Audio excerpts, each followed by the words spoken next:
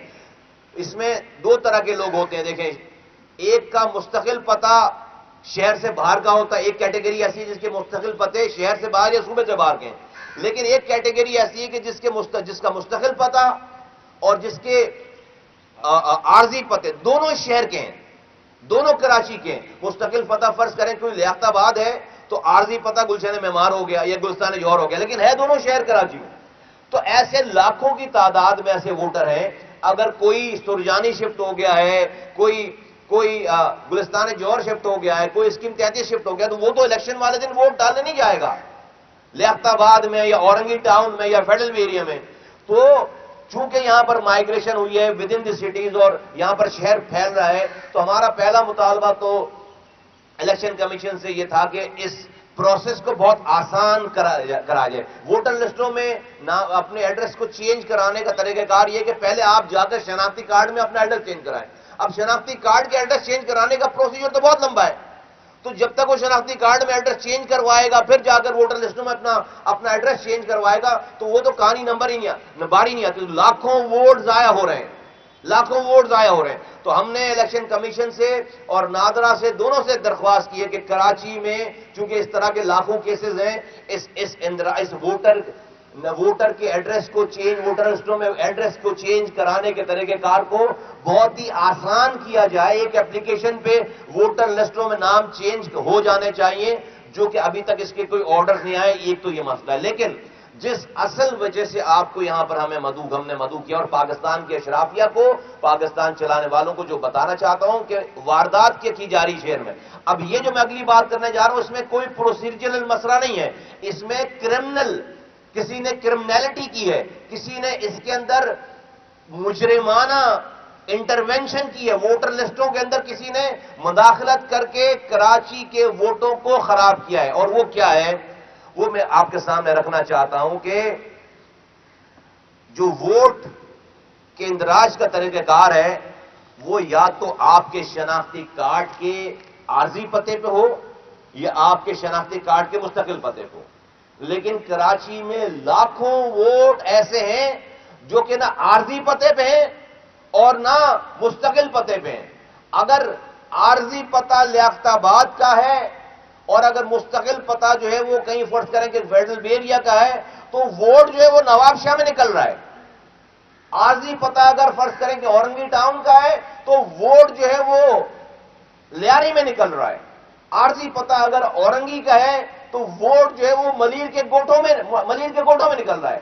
یہ کسی نے جس صوبائی الیکشن کمشنر کے پاس اس ووٹر لسٹوں کا ایکسس ہے، اس نے کوئی فارمولا لگا کر کراچی کے وہ علاقے جہاں پر اس شہر کو ووٹ دینے والے وہ لوگ جو کہ ایم کیو ایم کے 99% ووٹر ہیں، ان کے ووٹوں کو خراب کر دیا گیا۔ اب ایک بندہ جب اپنا ووٹ ڈالنے جب کسی پولنگ اسٹیشن پہ اورنگی میں، فیڈرل ایریا میں، کورنگی میں، لانڈی میں جب وہ پہنچے گا تو پتا چلے گا 8330 پہ جب دیکھے گا اس دن آ کر تو پتا چلے گا اس کا ووٹ جو ہے لیاری میں۔ اب لیاری کوئی کیسے جائے گا؟ تو ڈسٹرکٹ چینج ہو گئی۔ یہ میں آپ کے سامنے ثبوت کے ساتھ پیش کر رہا ہوں چیزوں کو۔ ایسے لاکھوں کیسز ہیں جس میں ایک نہ ووٹر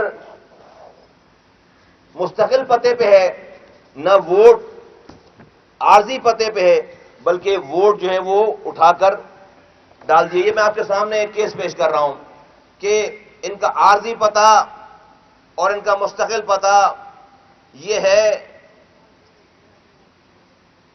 کراچی غربی، اور یہ ہے سعید آباد بلدیہ ٹاؤن کا یہ ووٹ ہے۔ دونوں پتے اس پہ شناختی کارڈ پہ لکھے ہوئے ہیں، اور ان کا ووٹ کہاں آ رہا ہے؟ ان کا ووٹ آ رہا ہے ضلع کماڑی میں، ان کا ووٹ آ رہا ہے تحصیل ضلع کماڑی میں ان کا ووٹ آ رہا ہے، اور ان کے اس ڈسٹرکٹ سے بھی جو ہے وہ باہر نکال کر ان کو یہ ووٹ ان کے ووٹ رکھ دیے گئے ہیں۔ اسی طرح سے یہ سارے وہ ووٹ ہیں جو آپ کے سامنے، یہ جہانگیر روڈ کا ووٹ ہے، یہ عارضی پتہ اور مستقل پتہ دونوں جہانگیر روڈ کے ووٹ آ رہا ہے اورنگی میں۔ یہ اس کے بعد یہاں پر ووٹ آ رہا ہے، یہاں پر یہ ملیر میں عارضی پتہ ہے، ملیر کا عارضی پتہ ہے اور مستقل پتہ ہے، ووٹ آ رہا ہے نواب شاہ میں۔